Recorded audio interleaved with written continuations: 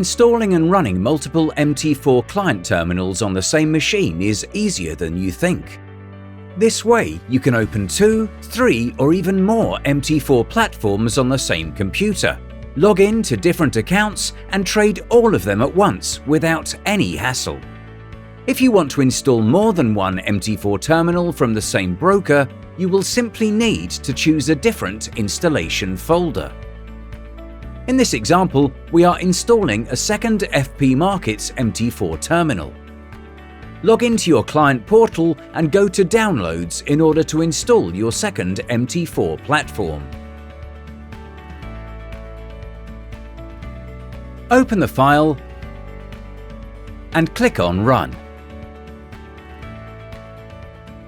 Then select Settings and change the installation folder to a unique name. We are adding 2 at the end of the default folder and program group.